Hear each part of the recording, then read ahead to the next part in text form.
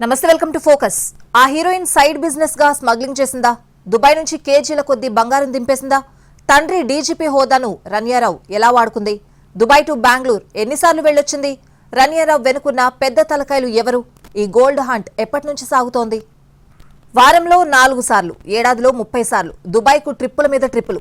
ఎవరికి అనుమానం రాకుండా కిలోల కొద్ది బంగారం స్మగ్లింగ్ చేసింది కన్నడ హీరోయిన్ రన్యారావు. మలుపుల మీద మలుపులు తిరుగుతున్న ఈ కేసు కన్నడ నాట కలకలం రేపుతోంది. ఎన్ని కేజీల గోల్డ్ దుబాయ్ నుంచి తీసుకొచ్చింది? డిఆర్ఐ అధికారులు స్వాధీనం చేసుకుందెంత? ఆ గోల్డ్ కు డబ్బెవరు చెల్లించారు? ఆమె వెనుకున్న ఆ నేత ఎవరు? గోల్డ్ స్మగ్లింగ్ లో ట్విస్టులు. రన్యారావు వెనుకున్న ఆ నేత ఎవరు? తండ్రి అధికారాన్ని అడ్డంగా వాడేసుకుందా? ఎన్ని కేజీల గోల్డ్ దుబాయ్ నుంచి తీసుకొచ్చింది? పోలీసులు స్వాధీనం చేసుకున్నదెంత? ఆ గోల్డ్ కు డబ్బెవరు చెల్లించారు? ఎప్పటి నుంచి సాగుతోంది gold smuggling? Ranya Rao Kannada heroine, top police officer daughter, అందం చందం, ఆపై అయ్య అధికారం. ఎక్కడికి వెళ్లినా రాచమర్యాదలే. ఎవరైనా అడ్డు చెప్పినా డీజీపీ కార్డు వాడేసింది. తండ్రి పేరును విచ్చలవిడిగా ఉపయోగించేది.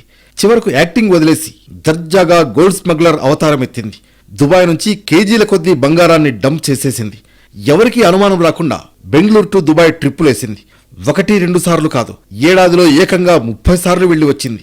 ట్రిప్పుకు 15 కేజీల గోల్డ్ తీసుకొచ్చింది. ఎయిర్పోర్ట్లో ఎవరికీ అనుమానం రాకుండా మేనేజ్ చేసేది. ఎవరికైనా డౌట్ వచ్చినా డీజీపీ కూతురునని దబాయించేది. ప్రోటోకాల్ను ఉపయోగించుకుని ఎయిర్పోర్ట్ దాటేసేది.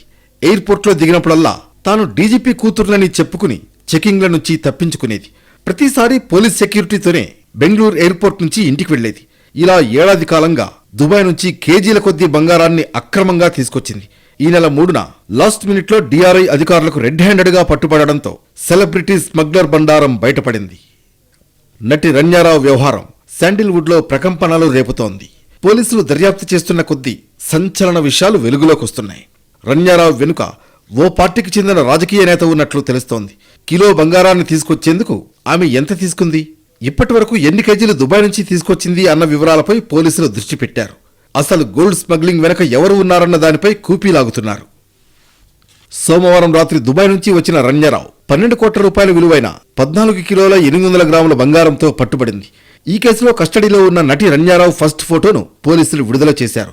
నటి రన్యారావు బెయిల్ కోసం పిటిషన్ దాఖలు చేయగా ఆర్థిక నేరాల కోర్టు ఆమె బెయిల్ పిటిషన్పై తీర్పును రిజర్వ్ చేసింది.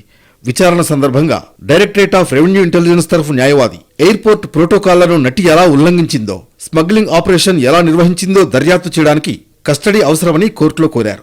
అంతేకాకుండా ఈ ఏడాది ప్రారంభం నుంచి రన్యారావు ఏకంగా 27 సార్లు దుబాయ్కు ప్రయాణించినట్లు స్పష్టం చేశారు.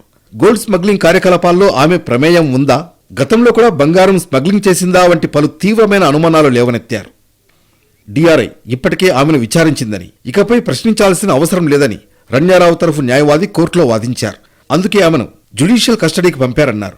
ఒకసారి బెయిల్ కోసం దాఖలు చేసిన తర్వాత మళ్లీ కస్టడీలోకి తీసుకోవడాన్ని నటి తరఫు న్యాయవాది తీవ్రంగా అభ్యంతరం వ్యక్తం చేశారు. ఆమె ల్యాప్టాప్ ఇప్పటికే స్వాధీనం చేసుకున్నారని, దర్యాప్తుదారులకు కీలకమైన డిజిటల్ ఆధారాలు అందుబాటులో ఉన్నాయని సూచిస్తూ డిఫెన్స్ కూడా ఎత్తి చూపారు. బంగారం అక్రమ రవాణా కేసుకు సంబంధించి ముమ్మర దర్యాప్తు కొనసాగుతోంది. రన్యారావు ఇంట్లో సోదాలు జరిపిన పోలీసులు కొన్ని బంగారు ఆభరణాలు, గోల్డ్ బిస్కెట్లను స్వాధీనం చేసుకున్నారు. ఈ ఆభరణాలను బెంగళూరులోని ఓ జ్యువెలరీ బొటిక్ నుంచి కొనుగోలు చేసినట్లు గుర్తించారు. దీంతో ఆ దిశగా దర్యాప్తు చేపట్టగా కీలక విషయాలు తెలిశాయి. ఆ ఆభరణాలను ఓ రాజకీయ నాయకుడి తరఫున కొనుగోలు చేసినట్లు ప్రాథమిక దర్యాప్తులో వెల్లడైంది. దీంతో ఆ నగలకు డబ్బు ఎవరు చెల్లించారు, ఎక్కడి నుంచి వచ్చిందన్న విషయాలపై పోలీసులు ఆరా తీస్తున్నారు. ఈ కేసు గురించి కర్ణాటక ముఖ్యమంత్రి న్యాయ సలహాదారు ఏఎస్ పొన్నన్న చేసిన వ్యాఖ్యలు కూడా ప్రాధాన్యం సంతరించుకున్నాయి.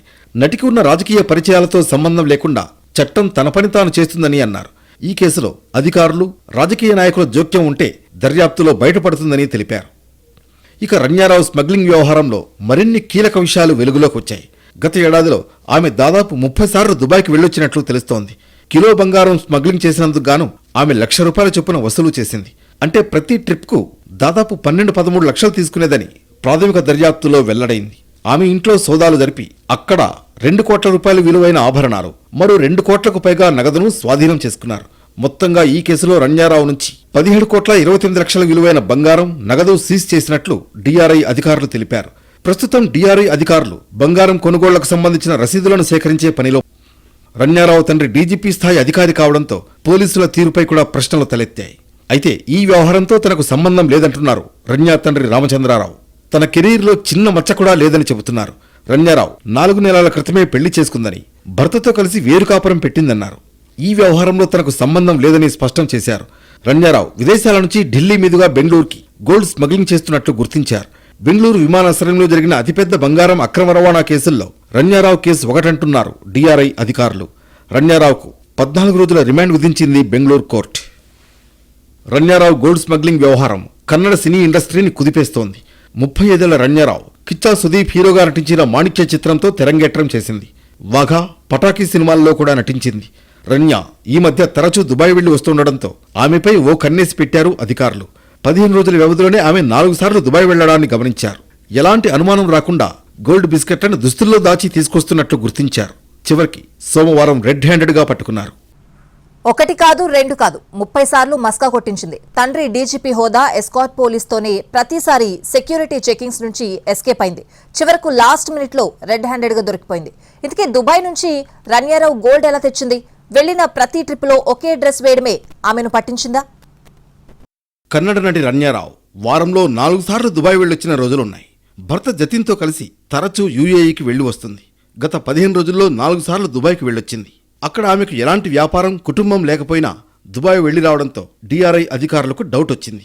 డిఆర్ఐ ప్రోటోకాల్స్ ప్రకారం ఎవరైనా ప్యాసింజర్ పదే పదే విదేశాలకు వెళ్లి వస్తుంటే వారిపై నిఘా వేస్తారు. ఈ క్రమంలోనే రమ్యారావుపై నిఘా పెట్టారు. దుబాయ్ వెళ్లి వచ్చినప్పుడల్లా ఒంటిపై భారీగా ఆభరణాలు ధరించడం గమనించారు. తండ్రి డీజీపీ కావడంతో పోలీస్ ఎస్కార్ట్ను ఉపయోగించుకుని సెక్యూరిటీ చెక్స్ను తప్పించుకునేది. సోమవారం కూడా సెక్యూరిటీ చెక్స్ను తప్పించుకోవడానికి ప్రయత్నించింది. ఆమెకు ఎస్కార్ట్గా వచ్చిన కానిస్టేబుల్ బసవరాజు సాయంతో సెక్యూరిటీని తప్పించుకోవాలని చూసింది. కానీ ముందే నిఘా వేసిన డిఆర్ఐ అధికారులు రమ్యారావుని బంగారంతో సహా రెడ్ హ్యాండెడ్గా పట్టుకున్నారు. తనను కొంతమంది బ్లాక్మెయిల్ చేసి బంగారాన్ని స్మగ్లింగ్ చేయించారని రమ్యారావు అధికారుల విచారణలో తెలిపింది. కానిస్టేబుల్ బసవరాజు స్టేట్మెంట్ను అధికారులు రికార్డ్ చేశారు. ఈ బంగారం స్మగ్లింగ్ ఒక్కతే నిర్వహిస్తుందా, లేదంటే దీని వెనుక పెద్ద ముఠా ఏదైనా ఉందా అని కూడా దర్యాప్తు చేస్తున్నారు. రమ్యారావు ఏడాదిలో 30 సార్లు దుబాయ్కి వెళ్ళింది. ప్రతిసారి ఒకే డ్రెస్లోనే, అందులోనే గోల్డ్ స్మగ్లింగ్ చేసింది. ఇలా వెళ్లి అలా ఒక్కో ట్రిప్కు లక్షల్లో డబ్బు సంపాదించింది. 14 కిలోల 200 గ్రాముల బంగారాన్ని ఎలా ట్రాన్స్పోర్ట్ చేసిందో తెలిస్తే అవాక్కవ్వాల్సిందే. ఆమె వేసుకున్న జాకెట్ లోపలి భాగంలో కొంత, బెల్ట్ రూపంలో కడ్డీలుగా మరికొంత దాచిపెట్టి స్మగ్లింగ్ చేస్తున్నట్లు పోలీసులు గుర్తించారు. ఇంత బంగారం ఉన్నా సెక్యూరిటీ సిస్టమ్ గుర్తించలేదు. కారణం రమ్యారావు డీజీపీ సంబంధీకులు కావడం, కానిస్టేబుల్ బసవరాజు సాయంతో సెక్యూరిటీ సిస్టమ్ను తప్పించుకునేందుకు ప్రయత్నించడం. దాదాపు 12,56,00,000. ఇంత బంగారం ఉన్నా సెక్యూరిటీ సిస్టమ్ గుర్తించలేకపోవడంపై అధికారులు విచారణను ముమ్మరం చేశారు. ఆమెను మొదట నాగవరంలోని డిఆర్ఐ ఆఫీసుకు తరలించారు అధికారులు. ఫార్మాలిటీస్ పూర్తయ్యాక 1962 కస్టమ్స్ చట్టం కింద 14 రోజుల జ్యుడిషియల్ కస్టడీకి తరలించారు. ప్రస్తుతం విచారణ కోసం పరప్పన అగ్రహారంలోని క్వారంటైన్ సెల్లో ఉన్నట్లు తెలుస్తోంది. ఇటీవల కాలంలో రమ్యారావు చేసిన దుబాయ్, ఇతర దేశాల పర్యటనలపై దర్యాప్తు జరుగుతోంది. ఎటువంటి సెక్యూరిటీ చెకప్ లేకుండా ఎయిర్పోర్ట్లో చాలాసార్లు తప్పించుకున్నట్లు తేలింది. ఆమె భర్తను కూడా ఏజెన్సీలు ప్రశ్నించే అవకాశం ఉంది. బంగారాన్ని స్మగ్లింగ్ చేయడానికి రమ్యారావు మోడిఫైడ్ జాకెట్తో పాటు బెల్ట్లను ఉపయోగించినట్లు తేల్చారు. విమానాశ్రయంలో తనిఖీల నుంచి ఆమెను ఓ కానిస్టేబుల్ తప్పించేవారని తెలిసింది. ఈ నెల 3న డిపార్ట్మెంట్ ఆఫ్ రెవెన్యూ ఇంటెలిజెన్స్ అధికారులు రమ్యారావును అదుపులోకి తీసుకున్నప్పుడు మోడిఫైడ్ జాకెట్లోనే బంగారాన్ని గుర్తించారు. బెంగళూరు విమానాశ్రయంలో ఆమెను డిఆర్ఐ అధికారులు అదుపులోకి తీసుకున్నప్పుడు తాను ఐపీఎస్ కుమార్తెనని చెప్పి తప్పించుకునేందుకు ప్రయత్నించింది. కానీ లాస్ట్ మినిట్లో కథ అడ్డం తిరిగింది. రమ్యారావు కన్నడ నటి మాత్రమే కాదు, కర్ణాటక రాష్ట్ర పోలీస్ హౌసింగ్ కార్పొరేషన్లో ప్రస్తుతం డైరెక్టర్ జనరల్ ఆఫ్ పోలీస్గా పనిచేస్తున్న ఐపీఎస్ అధికారి రామచంద్రరావు కుమార్తె. ఈ వ్యవహారంతో తనకు సంబంధం లేదని రమ్యారావు తండ్రి డీజీపీ రామచంద్రరావు చెబుతున్నారు. కానీ ఆయన కూడా గతంలో పెద్ద వివాదంలో ఇరుక్కున్నారు. 2014 హవాలా కేసులో ఆరోపణలు వచ్చాయి. కేరళ వ్యాపారవేత్త నుంచి 20 లక్షల రూపాయలు స్వాధీనం చేసుకున్న వ్యవహారంలో ఆయన ఇరుక్కున్నారు. అప్పుడు ఆయన ఐజీగా ఉన్నారు. 2 కోట్ల నగదు సీజ్ చేసి 20 లక్షల సొమ్మును మాత్రమే చూపించడంతో ప్రభుత్వం ట్రాన్స్ఫర్ చేసింది. రమ్యారావు 7 ఏళ్ల నుంచి సినిమాలకు దూరంగా ఉంది. ఇప్పటిదాకా నటించింది కూడా 3 సినిమాలే. మరి ఇన్నేళ్లు ఏం చేసింది? గోల్డ్ స్మగ్లింగ్ దందానే చేసిందా అన్న అనుమానాలు వస్తున్నాయి. ఈ దిశగా పోలీస్ ఎంక్వైరీ కొనసాగుతోంది. కొందరు రాజకీయ ప్రముఖులు, వ్యాపారవేత్తలు, పోలీస్ అధికారులతో సహా పెద్ద స్మగ్లింగ్ నెట్వర్క్తో రమ్యాకు సంబంధం ఉందని అధికారులు అనుమానిస్తున్నారు. మరోవైపు రమ్యాకు 4 నెలల కిందటే పెళ్లి జరిగిందని, అప్పట్నుంచి తనను కలవలేదన్నారు రామచంద్రరావు. కూతురు, అల్లుడు చేసే పనుల గురించి తనకు ఎటువంటి విషయాలు తెలియదని చెప్పుకొచ్చారు. ఈ క్రమంలో రన్యా భర్త ఎవరన్న వివరాలు బయటకొచ్చాయి. రన్యా భర్త పేరు జతిన్ హుక్కేరి. ఈయన ఆర్కిటెక్ట్. బెంగళూరులో బ్యాచిలర్ ఆఫ్ ఆర్కిటెక్చర్ పట్టా పొందాడు. తర్వాత లండన్లో డిస్రప్టివ్ మార్కెట్ ఇన్నోవేషన్ కోర్స్ చదివాడు. మొదట్లో బెంగళూరులోని పలు రెస్టారెంట్లకు డిజైనర్గా పనిచేశాడు. లండన్లోనూ ఆర్కిటెక్ట్గా సేవలందించాడు. WDA అండ్ డీకోడ్ LLC సంస్థను స్థాపించడంతో పాటు దానికి క్రియేటివ్ డైరెక్టర్గానూ వ్యవహరిస్తున్నాడు. క్రాఫ్ట్ కోడ్ కంపెనీకి ఫౌండర్ కూడా. రన్యారావును పెళ్లి చేసుకున్నాక తనతో కలిసి చాలాసార్లు దుబాయ్ ట్రిప్కు వెళ్లినట్లు తెలుస్తోంది. ఈ బంగారం స్మగ్లింగ్పై స్పందించడానికి కర్ణాటక హోంమంత్రి జి పరమేశ్వర నిరాకరించారు. ప్రస్తుతం కేసు దర్యాప్తులో ఉందని, పూర్తి నిజాలు వెల్లడయ్యే వరకు తాను దీనిపై ఎలాంటి వ్యాఖ్యలు చేయబోనని చెప్పారు. పోలీసులు తమ పని తాము చేస్తున్నారని అన్నారు.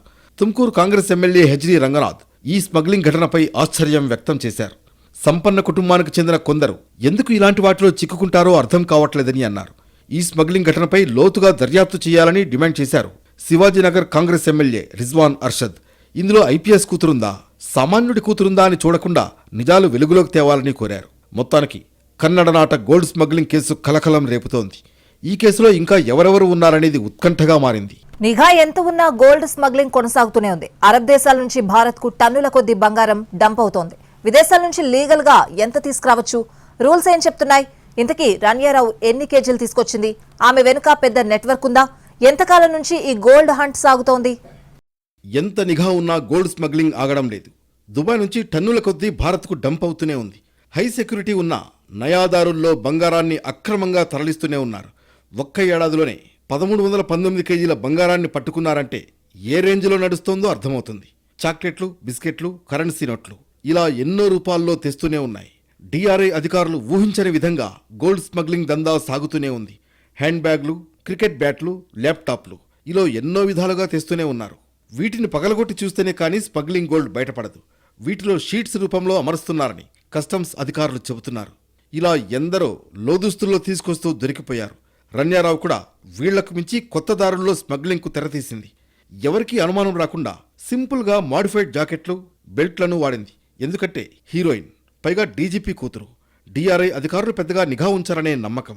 ఒకవేళ ఫార్మాలిటీ చెకింగ్స్ అన్నా తప్పించడానికి ఎస్కార్ట్ ఉండనే ఉన్నాడు. ఇలా 30 సార్లు దుబాయ్ నుంచి కిలోల కొద్దీ గోల్డ్ తెచ్చేసింది. తెలివిగా స్మగ్లింగ్ చేస్తున్నాననుకున్న రన్యారావు ఓ విషయం మర్చిపోయినట్లుంది. ఎప్పుడూ ఒకే డ్రెస్లో దుబాయ్ ట్రిప్పులేయడం. ఇక్కడే DRI అధికారులకు ఎప్పటినుంచో ఉన్న డౌట్ క్లియర్ అయిపోయింది. అమ్మడు దర్జాగా దుబాయ్ నుంచి గోల్డ్ స్మగ్లింగ్ చేస్తుందనే డిసైడ్ అయిపోయారు. ముచ్చటగా 30వసారి నిఘా ఉంచి పట్టేశారు. మన దేశంలో బంగారానికి ఉన్న డిమాండ్ ప్రత్యేకంగా చెప్పనక్కర్లేదు. రోజురోజుకి బంగారం ధర విపరీతంగా పెరుగుతోంది. అయినా పసిడికి ఎప్పుడూ డిమాండ్ ఉంటూనే ఉంది. దీన్ని క్యాష్ చేసుకునేందుకు కొందరు విదేశాల నుంచి అక్రమ పద్ధతుల్లో గోల్డ్ తీసుకొస్తున్నారు. ఈ క్రమంలో నిర్దేశిత కస్టమ్స్ డ్యూటీ చెల్లించకుండా స్మగ్లింగ్కు పాల్పడుతున్నారు. విదేశాల నుంచి బంగారం తీసుకొచ్చేందుకు కొన్ని రూల్స్ ఉన్నాయి. విదేశాల నుంచి బంగారం తీసుకురావడం అక్రమం కాదని కస్టమ్స్ అధికారులు చెబుతున్నారు. కానీ నిర్దేశిత కస్టమ్ డ్యూటీ చెల్లించకుండా తీసుకువెళ్లేందుకు ప్రయత్నిస్తే స్మగ్లింగ్గా పరిగణిస్తారు. బంగారం తీసుకురావడంపై ఎక్కడా ఆంక్షలు లేవు. కస్టమ్స్ డ్యూటీ చెల్లించకపోతేనే స్మగ్లింగ్ కిందనో అక్రమంగా తీసుకొస్తున్నట్లు గుర్తించి సీజ్ చేస్తారు. బంగారంపై కస్టమ్స్ డ్యూటీని ప్రభుత్వం గత ఏడాది 15% నుంచి 6% తగ్గించింది. అలాగే గోల్డ్ బార్పై ఈ డ్యూటీని 14.35% నుంచి 5.35% తగ్గించింది. పురుషులు 20 గ్రాములు, మహిళలు 40 గ్రాములు ఎలాంటి కస్టమ్స్ డ్యూటీ లేకుండా తీసుకురావచ్చు. కానీ కొందరు కస్టమ్స్ డ్యూటీ ఎగ్గొట్టడానికి అక్రమ పద్ధతుల్లో తీసుకొస్తూ ఉంటారు. కొద్ది కాలం అక్కడ ఉండి పావు కిలో నుంచి కిలో వరకు తీసుకొస్తూ ఉంటారు. అలాంటప్పుడు కస్టమ్స్ డ్యూటీ కట్టకపోతే సీజ్ చేస్తారు. కిలోకి మించి తీసుకొస్తే అరెస్టు తప్పదు. భారత పౌరులు ఆ దేశాల్లో ఎంతకాలం ఉన్నారు, ఎంత బరువైన బంగారం తెచ్చారు అనేదాన్ని బట్టి కస్టమ్స్ ట్యాక్స్ రేట్లు ఆధారపడి ఉంటాయి. అరబ్ దేశాల నుంచి ఎక్కువగా స్మగ్లింగ్ జరుగుతోంది. ముఖ్యంగా దుబాయ్, జోర్డాన్, కువైట్, సూడాన్ నుంచి అక్రమంగా తీసుకొస్తున్నారు. అక్కడ బంగారం ధర కూడా తక్కువగా ఉంటుందని వ్యాపారులు చెబుతున్నారు. అరబ్ దేశాల నుంచి తీసుకొచ్చే బంగారం నాణ్యతతో పోల్చితే నేరుగా వ్యాపారులకు వచ్చే బంగారంలో పెద్దగా తేడా ఉండదంటున్నారు. కేవలం కస్టమ్స్ డ్యూటీ కారణంగా రేటు విషయంలో తేడా వస్తుంది. తక్కువ ధరకే దుబాయ్లో కొనుగోలు చేసి కస్టమ్స్ డ్యూటీ కట్టకుండా మార్కెట్లోకి తీసుకువెళ్లి ఎక్కువ లాభాలు పొందుతున్నారు గోల్డ్ స్మగ్లర్లు. అక్రమ మార్గాల్లో బంగారం తీసుకొచ్చే వారిని గుర్తించేందుకు వివిధ మార్గాలు అనుసరిస్తున్నారు. ఇందులో కీలకమైనవి బిహేవియర్, పర్సన్ ప్రొఫైలింగ్. ఇవి కాకుండా మెటల్ డిటెక్టర్ల సాయంతో పరీక్షించి పట్టుకుంటారు. బిహేవియర్ ప్రొఫైలింగ్ అంటే సాధారణంగా ఏదైనా తప్పు చేస్తే మనిషిలో తెలియకుండా కంగారు, చూపులో తేడా గమనిస్తూ ఉంటాం. బంగారం స్మగ్లింగ్ చేసే ప్రయాణికుల హడావుడి, కదలికల ఆధారంగా గమనించి పట్టుకుంటారు. స్మగ్లర్లను పట్టుకునేందుకు కస్టమ్స్ అధికారులు ఎంచుకునే మరో మార్గం పర్సన్ ప్రొఫైలింగ్. ఈ విషయంలో విదేశాల నుంచి వస్తున్న ప్రయాణికుల జాబితా కస్టమ్స్ అధికారులకు అందుతుంది. దాని ప్రకారం గతంలో ఆ ప్రయాణికుడు విదేశాలకు ఎన్నిసార్లు వెళ్లి వచ్చాడో, ఎప్పుడెప్పుడు వెళ్లి వచ్చాడో, అన్నిసార్లు ఎందుకు వెళుతున్నాడనే విషయాలపై ఆరా తీస్తారు. అలా అనుమానితులతో ప్రత్యేకంగా జాబితా తయారు చేస్తారు. ఆ జాబితాతో ప్రయాణికులు విదేశాల నుంచి వచ్చి ఎయిర్పోర్ట్లో ల్యాండ్ అయ్యాక గుర్తిస్తారు. వారిని, సామాగ్రిని పూర్తిగా తనిఖీ చేస్తారు. ఇలాగే రన్యారావు అడ్డంగా బుక్ అయింది. పర్సన్ ప్రొఫైలింగ్ అనేది కస్టమ్స్ అధికారులు అంతర్గతంగా చేపట్టే వ్యవహారం. ఇలా ప్రొఫైలింగ్ చేసినప్పుడు ఎక్కువసార్లు విదేశాలకు వెళ్లి వచ్చే వారి జాబితాను తీసుకుని విశ్లేషించి వారు ఎయిర్పోర్ట్లో దిగగానే గుర్తించి తనిఖీలు చేస్తారు. కొన్నిసార్లు ఎక్కువసార్లు వెళ్లి వచ్చే వారి జాబితాలో కంపెనీల సీఈఓలు, సీనియర్ అధికారులు ఉంటారు. అలాంటి వారు ఐడి కార్డులు చూపిస్తే విడిచిపెడుతుంటామని కస్టమ్స్ అధికారులు చెబుతున్నారు. ఇక కర్ణాటకలోని చిక్మంగళూరు జిల్లాకు చెందిన వ్యక్తి రన్యారావు. ఆమె తల్లి కాఫీ రైతు కుటుంబం నుంచి రాగా తండ్రి Ramachandra Rao Karnataka police housing corporation హెడ్గా ఉన్నారు. కిషోర్ నమిత్ కపూర్ యాక్టింగ్ స్కూల్లో నటనపై శిక్షణ తీసుకుంది. మాణిక్య అనే కన్నడ చిత్రంతో వెండితెరకు పరిచయమైంది. ఇది ప్రభాస్ మిర్చి మూవీకి రీమేక్గా తెరకెక్కింది. పటాస్ కన్నడ రీమేక్ పటాకీలో హీరోయిన్గా నటించింది. తమిళంలో వాఘా మూవీ చేసింది. 7 ఏళ్లకు పైగా వెండితెరకు దూరంగా ఉంటోంది. సినిమాల్లో పెద్ద ఆఫర్లు లేకో, బంగారం బిజినెస్ బావుందనో కానీ అడ్డదారులు తొక్కింది. సైడ్ బిజినెస్గా గోల్డ్ స్మగ్లింగ్ చేసింది. దుబాయ్ నుంచి కేజీల కొద్దీ బంగారం దింపేసింది. తండ్రి డీజీపీ హోదాను రన్యారావు వాడుకుని ఆయన్ను చిక్కుల్లో పడేసింది. ఆయన్ను ప్రశ్నించేందుకు సిద్ధమవుతున్నారు డీఆర్ఐ అధికారులు. రన్యారావుకి ఎస్కార్టుగా వచ్చిన పోలీసులపై దృష్టి పెట్టారు. గోల్డ్ స్మగ్లింగ్లో ఎవరెవరి పాత్ర ఉందనే దానిపై ఆరా తీస్తున్నారు.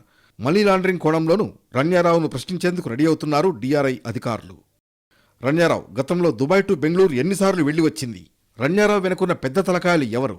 ఈ గోల్డ్ హంట్ ఎప్పటి నుంచి సాగుతోంది అనేది ఎప్పుడు బయటపడుతుందో చూడాలి. ఇది వాళ్ళ ఫోకస్. నమస్తే.